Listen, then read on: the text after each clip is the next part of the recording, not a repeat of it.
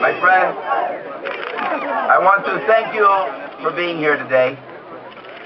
I want to thank you for being here today and for being with us yesterday and last year and over the last decade. It's been a long journey fighting for comprehensive immigration reform, and today you've traveled from 26 states across the country. All of you here, advocates for immigrants, advocates for America's workers, advocates for civil rights, advocates from our faith community. You traveled today just as you traveled with me on our Family Unity Tour.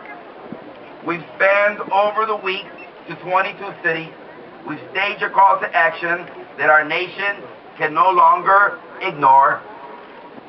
We traveled to San Francisco, where the Speaker of the House, Nancy Pelosi, said, and quote, "It is un-American to separate families." We traveled to Atlanta, where one of my heroes, John Lewis, said, "My fight in the 60s is your fight today. I join with you until we reach justice for immigrants." We traveled to Elizabeth, New Jersey, where a man dying of cancer left the hospital to attend our rally and told us of his wife who is facing deportation. And we are here today to say we cannot let him die until his wife receives the legalization that she so deserves. You traveled with me to El Paso, where a young girl, a teenager, a proud American citizen said, "Congressman, if they deport my mother, they deport me too, because I won't let her leave without me."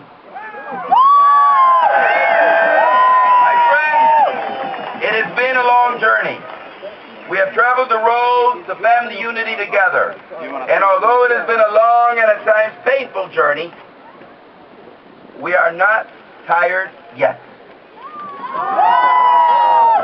No, because today we're here to tell Washington that we will not rest until the race stops and our brothers and sisters and mothers and fathers are no longer torn apart by the government of the United States of America.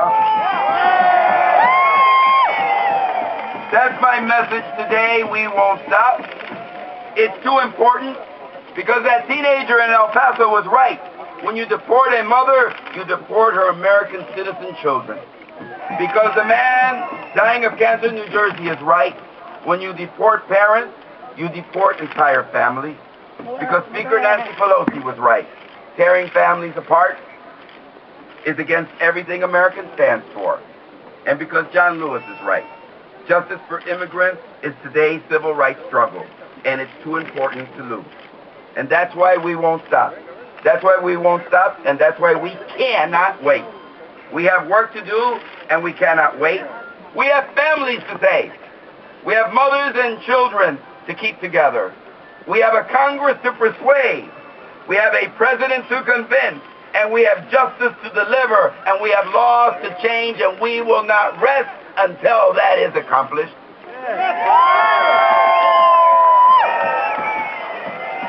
Last month,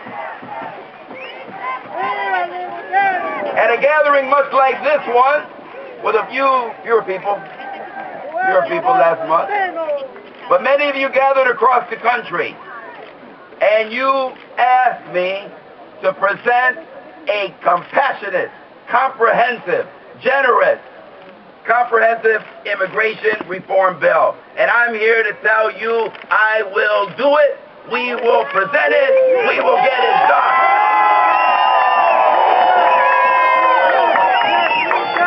Yes, we could.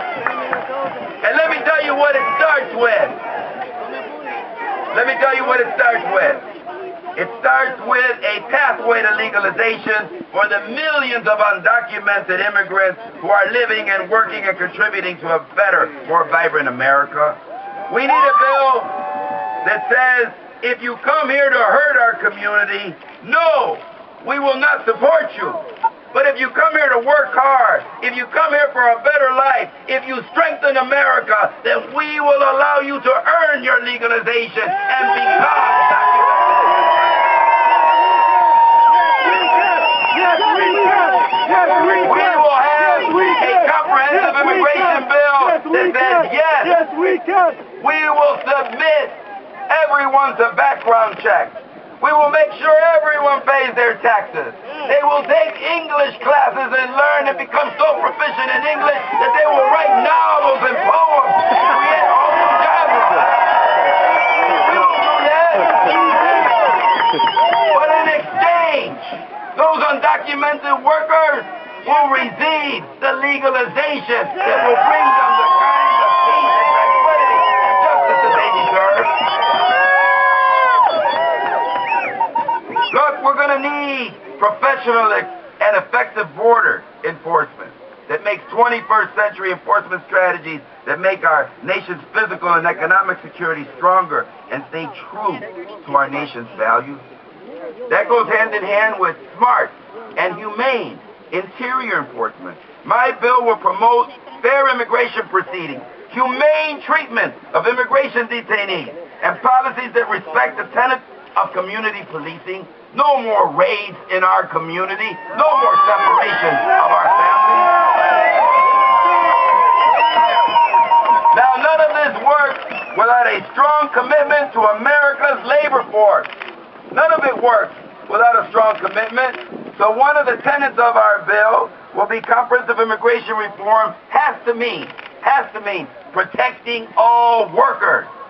Without it, too many employers will continue to pervert the system and exploit immigrants to undermine their honest competitors. Let me be clear. I want to end illegal immigration. To do that, we need an employment verification system that will always prevent employers who want to exploit the system. And we need a system that will never deny American workers the right to employment simply because of errors in the government system. That will not be allowed in our bill. And let me just say, we want to talk about future flows of workers. Our country attracts the best, the brightest, and the hardest workers from around the globe. But right now, our visa quotas are determined by politics, not by labor and economic needs.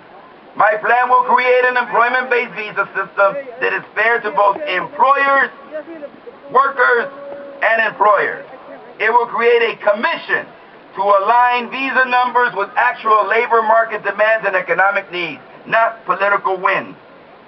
And let me say, we will include as a basic tenet of our comprehensive immigration ag bills to allow those picking all of the grapes, picking our vegetables, working in the fields, doing some of the backbreaking work, a form to legalization for our agricultural workers.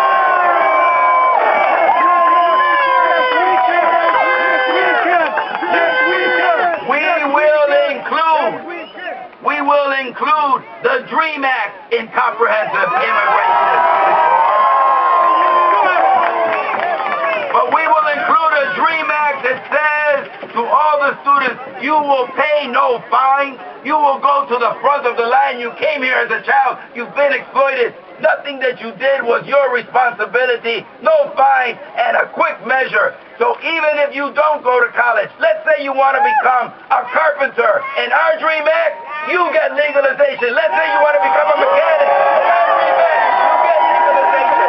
If you go and you study and you make yourself better, you will receive the benefit of a DREAM Act under our proposal. We have a lot of work to do. We have a lot of work to do. And I want to share a few words with you en español.